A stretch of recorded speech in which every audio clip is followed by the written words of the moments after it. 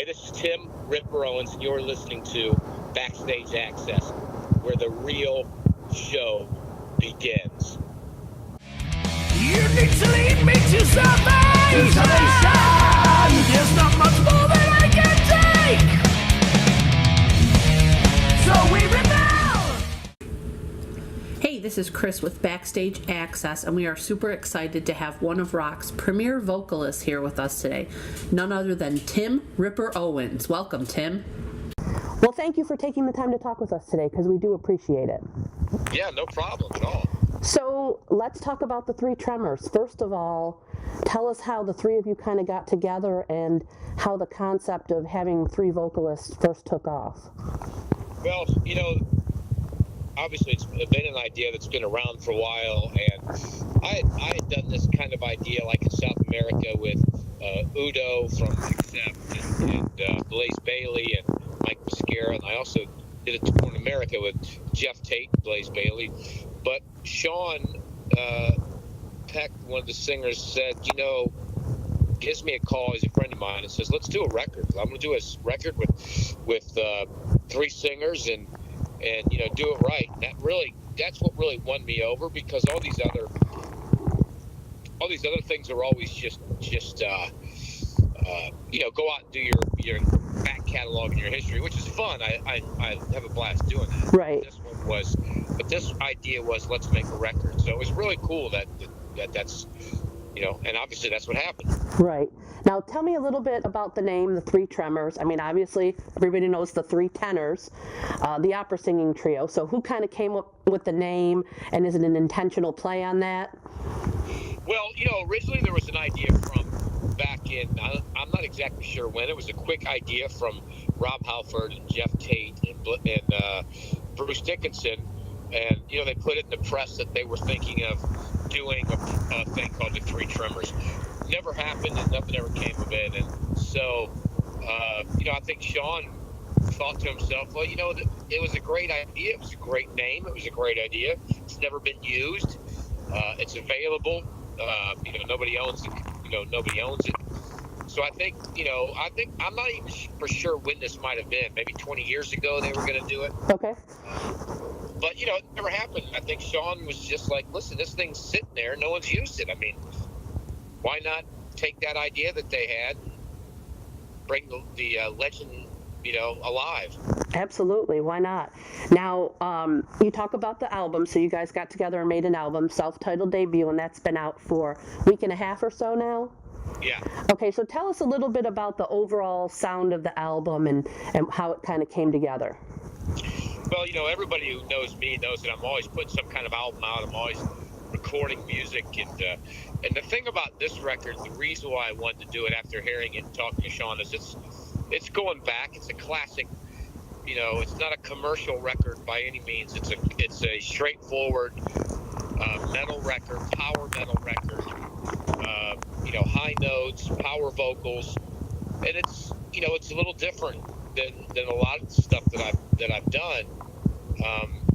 So that's, you know, it's really aimed at certain types of fans, you know, and the fans that listen. If you're not a fan of this music, you might not like it. Right. Kind of what it's like. Now there's other records I'm doing at the same time.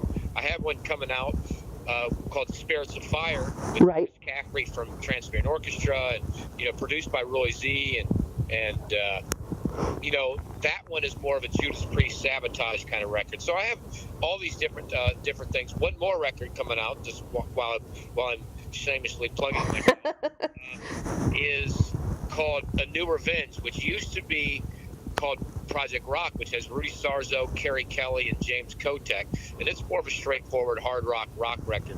So I have three records coming out pretty close in the same time frame that are all three different. And this record was made, the Three Tremors, to be just a power metal record, and we definitely got that. Awesome. Now, what about the songwriting process? How did that work between the three of you? Did someone take the lead on that, or how did that work? Well, Sean did. This was what made it nice, and even made it attractive for me as well, because I was when he first contacted me, I was writing and recording the Spirits of Fire record. Okay. And before that, record. These 3 records I've coming out were all 3 recorded at different times. So just to make sure everybody knows, I didn't sit in a studio doing them all at the same time. The Project Rock, A New Revenge, was recorded before that. So when he contacted me, though, he said, "Hey, listen, I want to do it, but I've already had these song ideas, and that's what I'll do is I'll send them to you." So it was his ideas. He recorded vocals to it, and what I did was I just recorded the whole song all over again with my, I might have changed some of the melodies around a little bit, but I used my own style of voice, different from his style. And so now we actually have 3 different versions of the same record with all of us singers making our own record. So we could release this record. Again, 3 solos.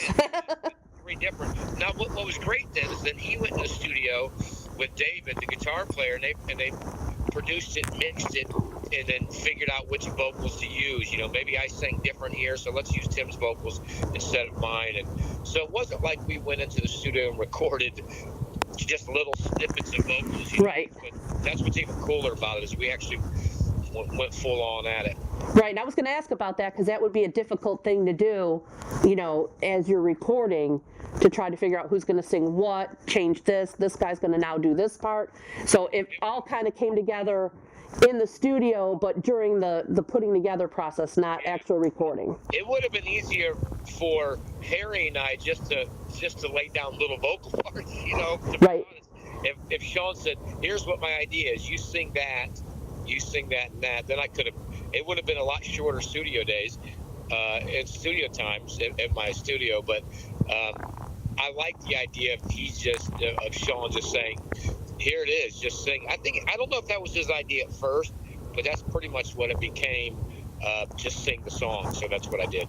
Which is pretty cool to have, the 3 different vocalists on each song and kind of hearing the different styles and harmonies and blendings and stuff. So that makes for a really interesting, from a listener's perspective. Yes, and I'll tell you, to me it made it better because I definitely approached the record and sang differently, hearing his version. Because if we would have went in, I might have sounded pretty similar. We all have pretty similar style voices, and I purposely changed mine I layered my vocals more, where there was always a harmony or an octave lower, but I'd always sang it different than him, where I used more of an AC/DC style, like raspy falsetto metal church style voice. So I did Nazareth, whatever kind of voice you would want to say. I used a falsetto-y voice, a lot more raspy than I've ever done before, and I did that on purpose to kind of stand out. Absolutely. Now, obviously, the whole project, the focus is on the 3 vocalists, but what about the band? I mean, obviously, there's a band involved in making up. So who was involved in the making of the record from the musical perspective, and will those musicians be accompanying you up on tour? Yeah, it's good. The tour is we did a practice run. I would say what's supposed to be a practice run. The album wasn't out yet, but the album was supposed to come in October. We toured Europe. We did 17 shows. Okay. And so Europe got to see the tour, but never heard the music, which was kind of funny. But it's really, we're all 3 up on stage all the time, except I might sing one of my Judas Priest songs and one of my Beyond Fear songs. Harry will sing a Jack Panzer song or 2, and Sean will sing a Cage song or 2. But it really is us 3 up on stage, trading off and going at it the whole night.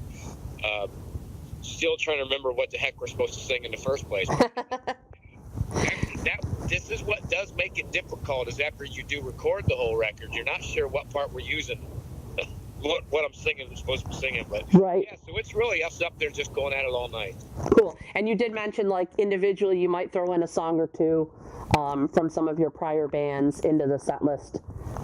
Yeah, we do, and we also have a couple classics that we all 3 will sing together at the same time. In the last tour, we did The Sentinel by Judas Priest, and okay.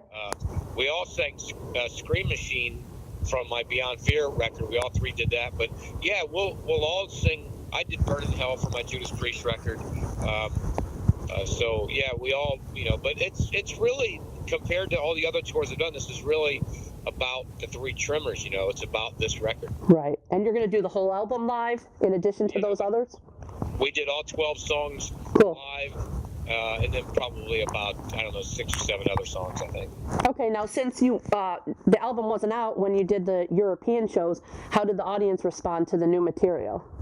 It was really good, and with some of the songs being really in your face and crazy, it wasn't exactly sure, but it's still an album that in live music, it's good live music.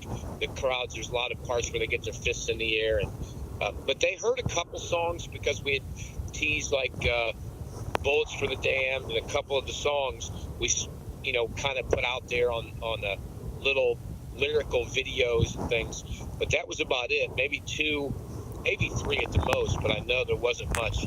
So they did really well with it. I mean, I was really pleasantly surprised to see how much they got into it without hearing the music. I knew they would once they heard it, but they really got into it. And now, prior to this record, I know you said you were friends with Sean, but have you and Sean and Harry worked with each other before, or played live before, or is this kind of the first time all three of you are sharing a stage?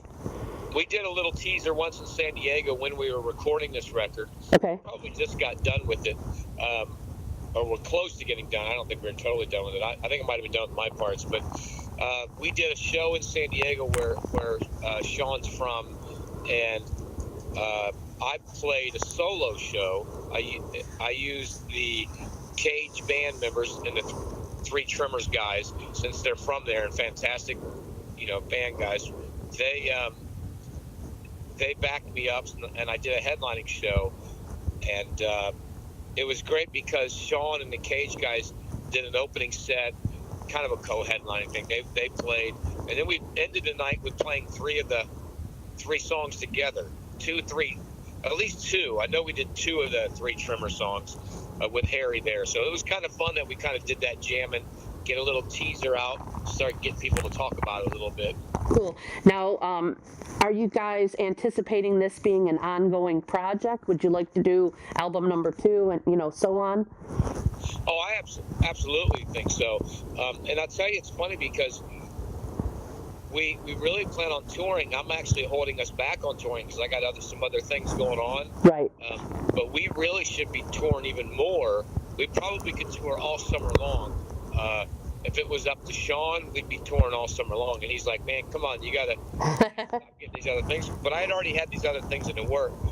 So I probably look for next year, end of this year, maybe like next year. I have a feeling we're going to be doing a lot of touring. But yeah, I really look for it. I mean, second thing we could do is release the records with us doing solo versions of it. And third, we'll start working on other records. So there's no doubt about a lot of things going on. Awesome. So if they can't get a chance to see you on this leg of the tour, once your schedule comes down a little bit, then the Three Tremors will hit it again and give everybody in the States here a chance to check it out. Absolutely. My problem is usually it would be easy to just do a tour a lot solo, so I could just stop my solo touring. But I'm doing this Dio hologram tour that's going to be coming up, and we're trying to work on dates for America. It's a brand new kind of a thing, and nobody's ever seen it. Right. So I really have to just kind of block off my schedule without even any tour dates right now. I kind of have it blocked off, and that's kind of the issue. Is I can't even say, well, I don't have anything yet in August, let's do it. Well, the hologram agent's like, no, you got to block it off because so it's kind of a weird year for me. Usually it's just me doing solo stuff, and it's kind of easy. I could have just blocked off the whole year for the Three Tremors. Sure. Let's do it. Yeah. Now, what about your other projects like Spirits of Fire? Are you going to be able to do any shows, with that group, or is that just kind of going to be an album and go from there? I think eventually. Here's the thing, and it's weird how I think about it. I had somebody say the opposite to me than what I think. I think you release this record, you see how it does, how it's taken, and then you can go from there and go. And I think we should maybe do some shows and another record. Right. If it doesn't get picked up and people aren't into it, or they don't want to give it a chance, then there's no sense to me in continuing on with something. But people are the opposite to me. I've had this one guy say to me, I'm not buying the Spirits of Fire record because it's a project, or there's not going to be another record, or it's not a band. And I'm like, well, maybe if more people bought the record, Right, it could be. and supported it from the start, then it becomes one. Because that's, we all have to make a living. I make a living in music. That's what I do. I do Right. nothing else. I make music and a living in music. So if someone doesn't want to support it, well, then there's no need to do that. But Spirits of Fire is fantastic. It's a fantastic record. The guys in the bands are fantastic. Frontier so far it's nice to have a great label working for us. They've been fantastic. So I really foresee, I got to be honest, I actually look forward to making a new record with them, because I think the second one, I see what worked and what I like on this record, so I can't wait to make another record. Cool. And the first one's coming out in February? Yeah, it's coming out February 22nd. Okay, cool. And then, as far as touring, then you would obviously have an issue scheduling again, because, the guys with you in that band have all their own things going on and whatnot. So that's the only problem with these projects that come together from members of different bands is I wouldn't want to be in charge of getting it all figured out, that's for sure. Yeah, it's hard, and it's always with, you want to do it and make some money, and I think that's kind of the issue, really. You just want to have that work out and be able to pay your bills. So if you kind of do something and you try to get a whole band out on the road and you can't make money, then there's no need to really do it. We're not 20 years old anymore where we, I hear that. we don't have to make any money. Absolutely. And well, I look forward to it. I look forward to the Three Tremors, and hopefully when you guys I know you're going to be having a show in March in Niagara Falls that I'm sure someone here at BackstageAxxess would love to check out. Unfortunately, that's not where I am, so hopefully on that next run I'll be able to catch you somewhere down in the southeast and check it out live, because I love this kind of music, and I think in the live setting is where it's going to shine even more so than it does on the album. I agree. Yeah, hopefully we'll get your way, and I know Niagara Falls, Buffalo, that whole area, we're ready to get there. We're hearing a lot of excitement about that, so we're ready to get everywhere. Awesome. Thank you so much, Tim. We appreciate your time, and best of luck with all the projects that you've got going on. All right. Well, thank you very much. We'll see you soon. My legs are on fire! Scream!